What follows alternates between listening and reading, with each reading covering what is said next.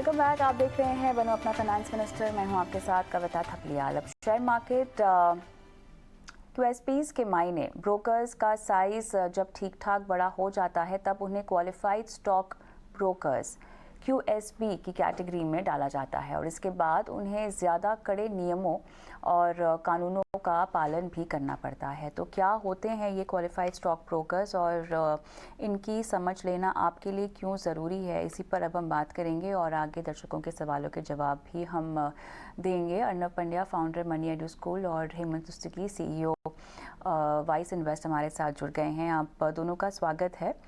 तो ये एक नई कैटेगरी जो है वो बनाई गई है जिसमें बहुत कड़े नियम कानून रखे गए हैं और लगभग 15 ब्रोकर्स की निगरानी यहाँ पर 1 जुलाई से शुरू हो जाएगी। इसके तहत हेमंत जी, कैसे देखना चाहिए इस कदम को? देखिए कविता, मुझे लगता है ये काफी इंपॉर्टेंट स्टेप है और जैसा आपने बिल्कुल सही कहा, एकदम नया कॉन्सेप्ट है, ये बहुत रिसेंटली हुआ है। ऑब्जेक्टिव सेबी का बहुत क्लियर है यहाँ पे। देखिए, जब कुछ एंटिटीज, स्पेशली जब हम स्टॉक ब्रोकर्स की बात करें, जब वो काफी बड़ी एंटिटीज बन जाती हैं तो कहीं ना कहीं उससे डिसरप्शन का रिस्क होता है, क्योंकि कहीं ना कुछ डिफॉल्ट हुआ या कुछ इशू हुआ तो डिसरप्शन होती है, कंसंट्रेशन का रिस्क होता है। तो कहीं ना कहीं इन्वेस्टर्स के इंटरेस्ट को ध्यान रखते हुए, स्पेशली उन एंटिटी, जैसा आपने कहा, जिनको क्वालिफाइड स्टॉक ब्रोकर्स कहा जाएगा, उनके लिए सेबी ने बताया है बहुत क्लियरली, जो सर्कुलर इशू हुआ है रेगुलेशन में जो इंक्लूड किया गया उसको, उसमें ये कहा गया है कि कौन सी ऐसी एंटिटीज हैं जिनको QSP करके डेजिग्नेट किया जाएगा और उनकी जो एडिशनल जो रिस्पॉन्सिबिलिटीज हैं वो क्या होंगी। तो जैसा मैंने कहा, ऑब्जेक्टिव ये है और इसमें कुछ चीजें देखी जाएंगी, जैसे कौन एंटिटीज होंगी वो डिपेंड करेगा, जैसे मैंने कहा किसको डेजिग्नेट करेंगे वो डिपेंड करता है कि उनके एक्टिव क्लाइंट्स कितने हैं, ट्रेडिंग वॉल्यूम्स कितने हैं, मार्जिन ऑब्लिगेशंस क्या हैं, प्रॉपर्टी की जो ट्रेड वॉल्यूम्स हैं वो कितने हैं, रिस्क मैनेजमेंट किस तरह का है। और इन सब चीज़ों को देखते हुए फिर, जैसा आपने बिल्कुल सही कहा कि 15 जो ब्रोकर्स हैं उनको इनिशियली QSP डेजिग्नेट किया गया है और उसके अलावा, जैसे मैंने कहा, कि इनकी एडिशनल रिस्पॉन्सिबिलिटीज, ऑब्लिगेशंस भी होंगे। जैसे उनकी जो बोर्ड ऑफ डायरेक्टर्स हैं उनकी क्या रिस्पॉन्सिबिलिटी होगी, एक ऑडिट कमेटी होगी, उसके पास क्या क्या इन्फॉर्मेशन होगी, क्या एनालिसिस किया जाएगा, हर साल उनकी एक ऑडिट होगी जो स्टॉक एक्सचेंजेस करेंगे इन कंसल्टेशन विद सेबी। और तो काफ़ी सारे, जो मुझे लगता है, जो नॉर्म्स जो बनाए गए हैं, एक तरीके से एक तो जैसा मैंने कहा कि डिस्रप्शन का रिस्क कम होगा, कंसंट्रेशन का रिस्क कम होता है काफ़ी हद तक, और कहीं ना कहीं ये जो क्लाइंट्स हैं इन ब्रोकर्स के, उनको भी एक कॉन्फिडेंस आएगा कि जब इतने बड़े एंटिटीज के साथ वो डील कर रहे हैं तो उनकी जो एडिशनल सर्विलेंस है कि उनके खुद के भी बिहेवियर को यहाँ पे एनालाइज किया जाएगा। तो मुझे लगता है काफ़ी इंपॉर्टेंट स्टेप है ये। निवेशकों को किन बातों का ख्याल रखना चाहिए अब? देखिए, अगर कोई भी निवेशक है तो उनको ये देखना चाहिए कि जो जिस भी ब्रोकर के साथ वो डील कर रहे हैं वो क्या इस लिस्ट में आ गए या नहीं, क्योंकि आज की तारीख में जब ये प्रक्रिया शुरू हुई है तो आज आपके पास ये जो लिस्ट है उसमें 15 ब्रोकर्स, लेकिन ये भी कहा गया है कि ये एक एनुअल एक्सरसाइज होगी। एनुअल एक्सरसाइज में हर साल ये किया जाएगा, अगले साल से नए पैरामीटर्स भी जोड़े जाएंगे जिससे ये ब्रोकर्स की जो लिस्ट है वो बनाई जाएगी और फिर उसमें बदलाव आते जाएंगे।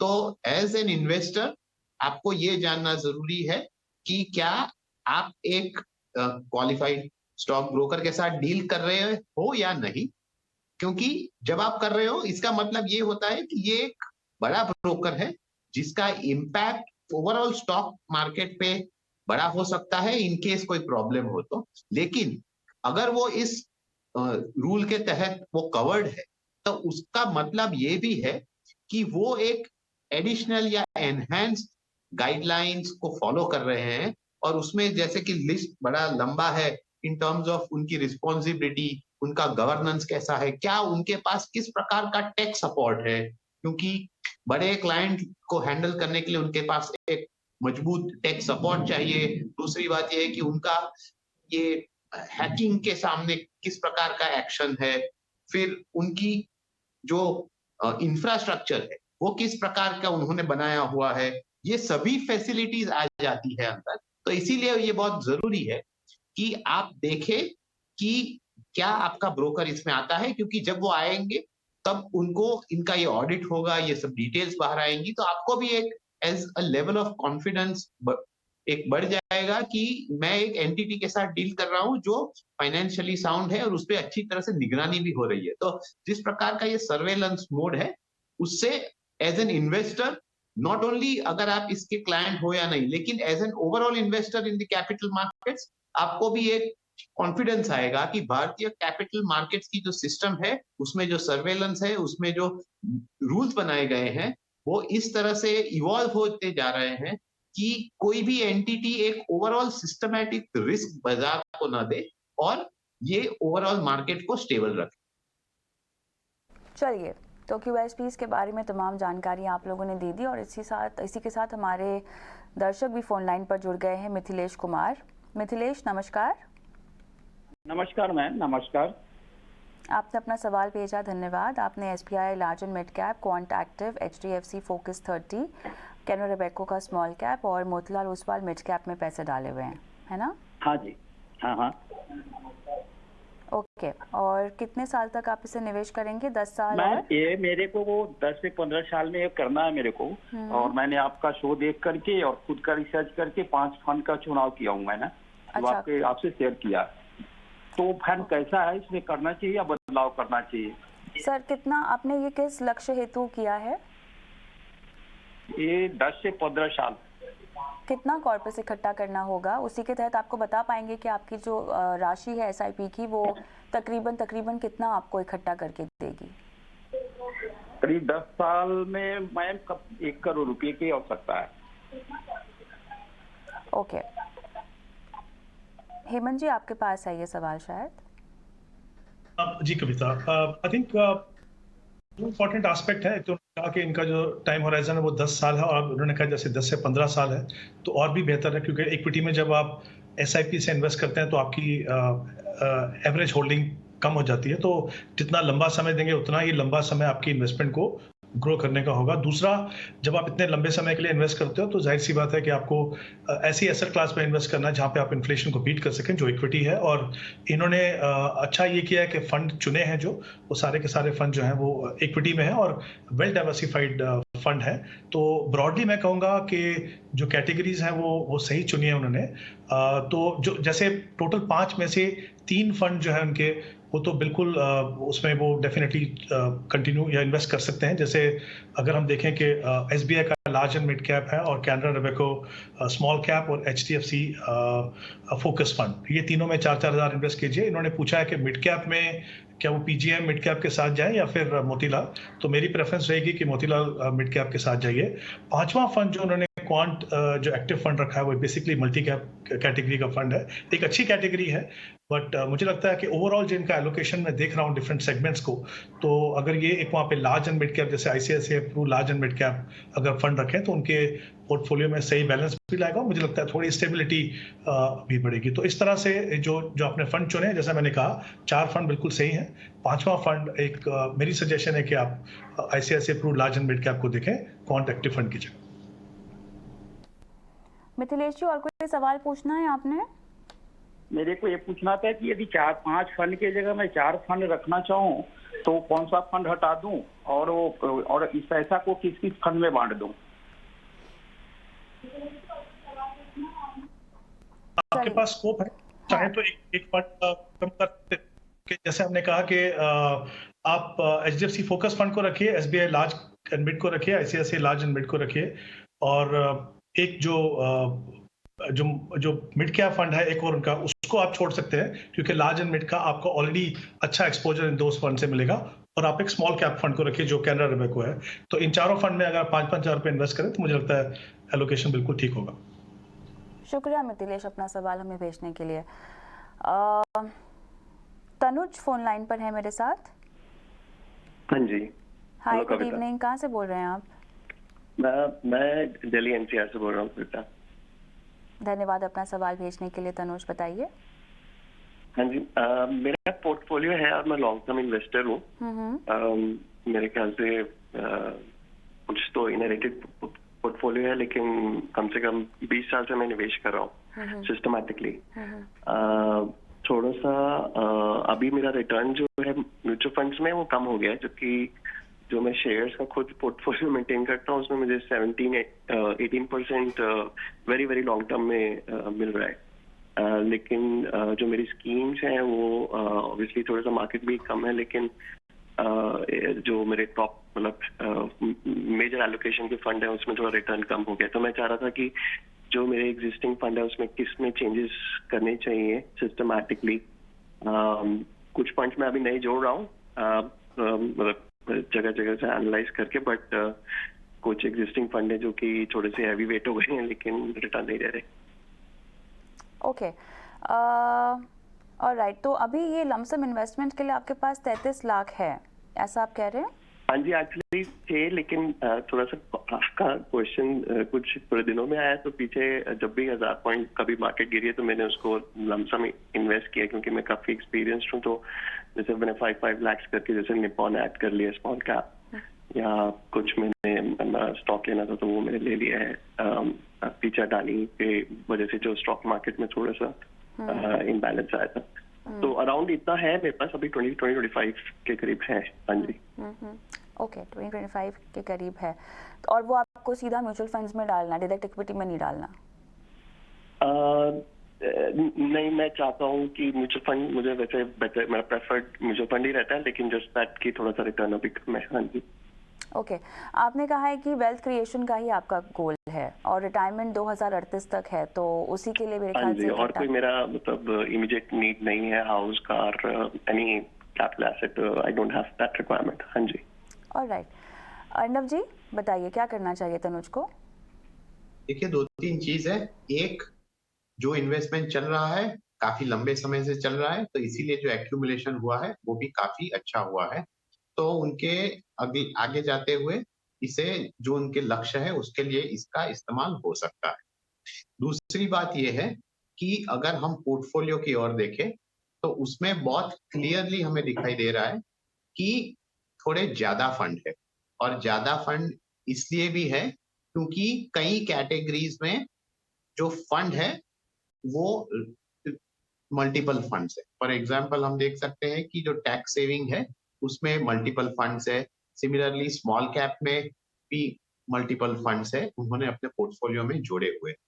तो मेरे हिसाब से जो इनका एडिशनल अमाउंट का जो एसआईपी वो करना चाहते हैं, यानी कि जो लमसम है, उससे पहली बात तो ये कि उसे लमसम में न निवेश करें, क्योंकि हमें पता नहीं है कि आगे जाते हुए मार्केट कितने वॉलेटाइल रहेंगे, कब तक रहेंगे, क्योंकि काफी सारी अनसर्टनिटीज है, नॉट ओनली इंटरनेशनल फ्रंट पे कि रशिया यूक्रेन वॉर में क्या होगा, या फेडरल रिजर्व का एक्शन क्या होगा, हमारे वहां एल नीनो का असर आगे जाते हुए का क्या होगा। तो लमसम में आपको कभी भी इस प्रकार का निवेश एटलीस्ट नहीं करना चाहिए। तो वो आप एक सिस्टमैटिक ट्रांसफर प्लान कर सकते हैं।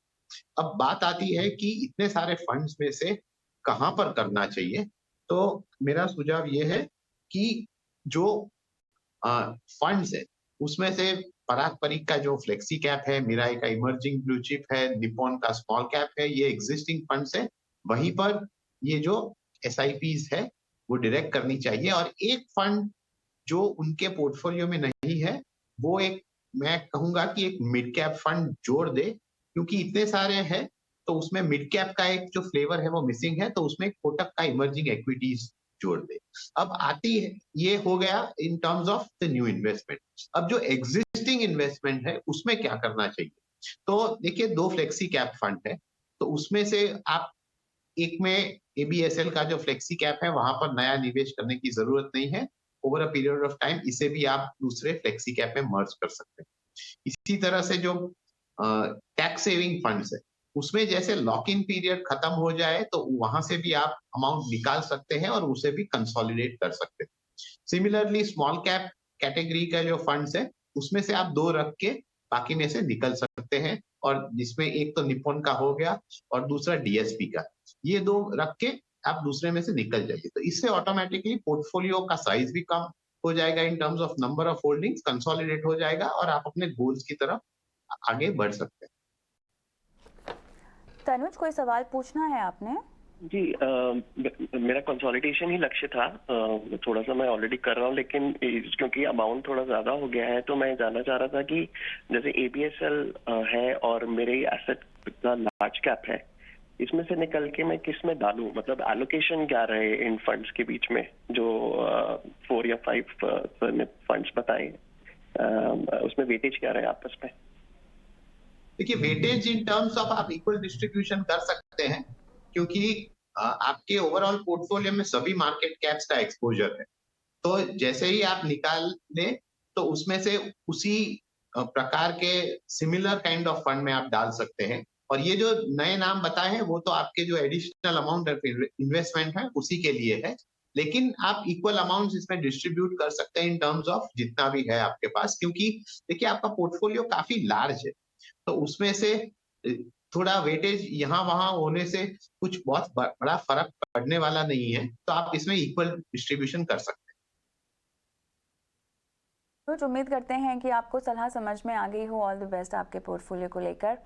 रविंद्र सिंह अब मेरे साथ फोन लाइन पर है। नमस्कार। नमस्कार मैडम। कैसे हैं सर आप? बढ़िया जी। बताइए सर, 10 लाख रुपए आपको निवेश करने हैं आपके पोते के लिए। हाँ जी, हाँ जी। 10 से 12 साल का आपका नजरिया है। बढ़िया। हेमंत जी बताइए। जी कविता, यहाँ पे देखिए अगेन अगर हम की रिक्वायरमेंट को देखें तो दो इंपॉर्टेंट एस्पेक्ट है। एक तो उनका टाइम होराइजन, इन्होंने कहा 10 से 12 साल, और एक कॉर्पस बनाना चाहते हैं शायद ग्रैंड चाइल्ड की एजुकेशन के लिए। इंपॉर्टेंट गोल है। ऐसे गोल्स के लिए बड़ा अमाउंट लगता है, और इनका जो लक्ष्य इन्होंने रखा है वो रखा है कि 20 साल में इनको 30 लाख की जरूरत है। जी नहीं, अति लक्ष्य इन्होंने नहीं दिया है यहाँ पे। तो अगर हम 10 से 12 साल की समझ के चले, उनको 10 लाख रुपए अगर इन्वेस्ट करना है, तो दो इंपॉर्टेंट चीजें हैं। एक तो इक्विटी में आप इन्वेस्ट करें, क्योंकि इतने लंबे समय में जब आप अच्छा कॉर्पस बनाना चाहते हैं तो आप इक्विटी में जाइए। अब दूसरा इंपॉर्टेंट एस्पेक्ट ये है कि आपकी समय पे इन्वेस्टमेंट की स्ट्रैटेजी क्या हो। तो पहले तो मैं बता दूं कि जो 3 फंड जो मैं इनको रेकमेंड कर रहा हूँ वो बता देता हूँ। एक तो Nippon India multi cap fund है, कोटक का इमर्जिंग फंड है, और ICICI Pru large and mid cap fund. ये 3 फंड है जिनमें आप ये पैसा इन्वेस्ट कर सकते हो। अब स्ट्रैटेजी इसलिए इंपॉर्टेंट है कि हमने देखा पिछले कुछ समय से स्टॉक मार्केट वॉलेटाइल है, और लग रहा है जो फैक्टर्स हैं, जिस तरीके से बिहेवियर है, जिस तरीके से इंटरेस्ट रेट ऊपर अभी भी जा सकते हैं और इन्फ्लेशन जैसे कंट्रोल में नहीं आ रहा, तो वॉलेटिलिटी जो है आगे जाके कंटिन्यू कर सकती है। तो मुझे लगता है कि अगर आप चाहें तो एक अच्छी स्ट्रैटेजी रहेगी कि कॉम्बिनेशन आप कर लीजिए। 30% पैसा जो है आप लमसम इन तीनों फंड में इन्वेस्ट कर सकते हैं, और जो बाकी 70% है वो अगले 6 महीने में आप सिस्टमैटिक ट्रांसफर प्लान के द्वारा इन्वेस्ट कर सकते हैं। यानी उसमें आपको क्या होगा, जो फंड हमने चुने हैं उसी म्यूचुअल फंड के लिक्विड फंड में आप पैसा रखेंगे, और फंड को इंस्ट्रक्शन देंगे कि हर महीने इतना पैसा आप इस फंड में इस तारीख को डाल दीजिए। तो उससे क्या होगा, 2 चीजें होंगी। देखिए, क्योंकि ये तो तय है कि शायद स्टॉक मार्केट में वॉलेटिलिटी कुछ समय तक चलेगी। अब वो 1 क्वार्टर भी हो सकता है, 2 क्वार्टर भी हो सकता है, उससे ज्यादा भी हो सकता है, तो उतना परफेक्टली उसको टाइम करना मुश्किल है। लेकिन कहीं ना कहीं एज ए स्ट्रैटेजी आप ऐसी अडॉप्ट कर सकते हैं कि अगर वॉलेटिलिटी भी रहे तो आपको उस वॉलेटिलिटी का फायदा मिले, और उसके बाद भी आपके पास इतना लंबा समय हो कि जिस तरीके का आप कॉर्पस बनाना चाहे वो आप बना सके। तो 3 फंड जैसे मैंने कहा आपकी मेरी रिकमेंडेशन है इनको, और एज ए स्ट्रैटेजी 30% लमसम और 70% सिस्टमैटिक ट्रांसफर प्लान के द्वारा। ऑलराइट, रविंद्र जी आपको कोई सवाल पूछना है हेमंत जी से? नहीं मैडम, बस ठीक है, हो गया जवाब मेरा। और ऑल द बेस्ट सर। चलिए आगे बढ़ते हैं और निवेश के गुरु मंत्र की ओर रुख कर लेते हैं।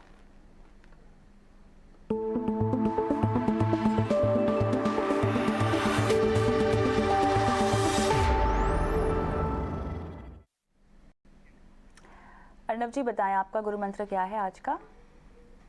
जब भी आप इक्विटी में निवेश करते हैं तो आपको ये ध्यान में रखना चाहिए कि इक्विटी मार्केट्स में जो सेंटीमेंट होता है बाजार में, वो बहुत जल्दी बदल सकता है। तो जो सिचुएशन आपको शायद 10 दिन हफ्ते पहले दिखाई दे रही थी, वो सडनली बदल गई है। और ये जो टफ टाइम्स आते हैं, उसके लिए आपको बहुत जरूरी है कि आप पेशेंस रखें, और ये पेशेंस एक बहुत इंपॉर्टेंट चीज है जब भी आप इक्विटी में निवेश करते हो। तो इसीलिए आपको ये हैबिट अपने पूरे इन्वेस्टिंग प्रोसेस में उसका समावेश करना बहुत जरूरी होता है। तो शॉर्ट टर्म मूवमेंट्स पे आप इतने ना खुश हो ना दुखी हो, लेकिन पेशेंस के साथ अपने गोल्स की तरफ अपना इन्वेस्टमेंट बनाए रखें। हेमंत जी।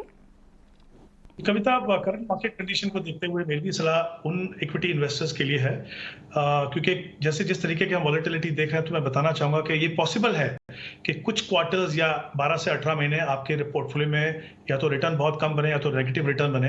तो उससे आपको घबराना नहीं है, क्योंकि एक उसको मेजर करने का एक तरीका है, वो आपको एवरेज रिटर्न देखना है आपको ओवर ए लॉन्गर पीरियड। जब आप 8-10 साल 15 साल के लिए इन्वेस्ट करते हैं, तो इक्विटी में जो ईयर ऑन ईयर यानी हर साल जैसे आप एफडी में देखते हैं, वैसा उस तरीके से अपने पोर्टफोलियो को मत देखिए, एवरेज रिटर्न देखिए। और ये प्रूवन है कि लॉन्ग टर्म में जब आप इन्वेस्ट करते हो, एक डिसिप्लिन इन्वेस्टर रहते हो, तो इक्विटी के जो रिटर्न्स हैं वो बाकी एसेट क्लासेस से ज्यादा है। तो कभी भी ईयर ऑन ईयर रिटर्न मत देखिए, आप एवरेज रिटर्न देखिए। और आप अगर डिसिप्लिन रखेंगे तो आप देखेंगे कि जो सही पोटेंशियल है इक्विटी का, उसका फायदा आपको मिलेगा। ऑलराइट, चलिए इसी के साथ आगे बढ़ते हैं और आखिरी सवाल हमारे शो का आज डॉक्टर एचपी सिंह का 41 साल की इनकी उम्र है और पिछले 3 साल से एसआईपी के जरिए निवेश कर रहे हैं। Nippon India small cap, CR emerging equities, Kotak का फ्लेक्सी कैप, आईसीआईसीआई प्रू का वैल्यू डिस्कवरी है इनके पास, PGI mid cap, PGI India का मिड कैप अपॉर्चुनिटी है, इन्वेस्को इंडिया का कॉन्ट्रा और पराग पारेख का फ्लेक्सी कैप है इनके पोर्टफोलियो में। और 3 करोड़ चाहिए इन्हें 20 साल के बाद। बच्चों की पढ़ाई लिखाई, शादी और खुद के रिटायरमेंट का लक्ष्य एक साथ इन्होंने जोड़ा हुआ है। और फ़िलहाल जो उनके पोर्टफोलियो की वैल्यू है वो 13 लाख रुपए के आसपास है, ऐसा ये बता रहे हैं। ये अपनी एसआईपी बढ़ाना भी चाहते हैं 9,000 रुपये से, और कह रहे हैं कि अप्रैल के महीने से जो है वो बढ़ाएंगे। और ये अपने पोर्टफोलियो में रिस्क फैक्टर जानना चाहते हैं क्या है और क्या उसके तहत कोई बदलाव करना हो तो वो करने के लिए ये तैयार हैं। अर्नब जी बताएं। पहली बात तो ये है कि हम देख लेते हैं कि उनको कितना निवेश करना चाहिए अपने गोल्स को अचीव करने के लिए। तो उसके लिए हम देखें तो अगर वो अराउंड 30,000 पर मंथ, 30,000 पर महीने अगर वो निवेश करते हैं और उसमें 12% का रिटर्न आता है, तो वो उनका लक्ष्य जो है वो 20 साल बाद अचीव हो जाएगा। अब हम देखते हैं उनकी एग्जिस्टिंग पोजीशन, तो वहां पर देखें तो 2 एस्पेक्ट है। एक तो जो रेगुलर निवेश हो रहा है वो, प्लस जो नई एसआईपी आने वाली है वो, प्लस जो एक्यूमुलेटेड अमाउंट है, ये तीनों को अगर हम देखें तो उनके गोल को वो अचीव कर पाएंगे। लेकिन इसका मतलब ये नहीं है कि वो आगे जाके भी अपना निवेश बढ़ाए नहीं, क्योंकि over a period of time, इतने लंबे समय में एस्टिमेट करना कि आपको एग्जैक्टली कितना चाहिए, ये एक डिफिकल्ट टास्क है। तो अगर आप थोड़ा ज्यादा निवेश करते हो, आपका एक ज्यादा कॉर्पस या बड़ा कॉर्पस होता है, तो ये भी आपके लिए अच्छा होगा और इसका यूज अपने रिटायरमेंट के लिए भी कर सकते हैं। तो अपना जो निवेश है वो बरकरार रखिए, आगे जाते हुए और भी बढ़ाइए, ये एक आपकी स्ट्रैटेजी होनी चाहिए।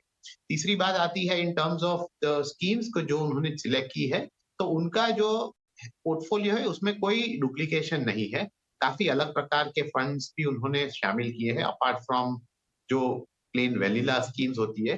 तो एक वैल्यू ओरिएंटेड फंड है, एक कॉन्ट्रा फंड है। तो ये जो पोर्टफोलियो मिक्स है वो काफी अच्छा मिक्स है, तो उसमें वो बने रह सकते हैं, इन्हीं फंड्स कंटिन्यू कर सकते हैं। जो 9,000 की एडिशनल एसआईपी वो उन फंड्स में डायरेक्ट करे जहां पर वो थोड़ा कम निवेश कर रहे हैं, क्योंकि देखिए जिस प्रकार से उन्होंने डिटेल्स दी है, तो कई फंड में 5,000 जा रहा है, 2-3 फंड में 4,000 जा रहा है, 1-2 फंड में 2,500 जा रहा है। तो जिन फंड्स में कम रकम जा रही है वहां थोड़ा 2-3 हजार करके जो निवेश है वो बढ़ा ले, लेकिन फंड्स कोई नया ऐड करने की जरूरत नहीं है। एग्जिस्टिंग फंड्स में ही ये अमाउंट उनको स्प्रेड आउट करनी चाहिए, एडिशनल अमाउंट।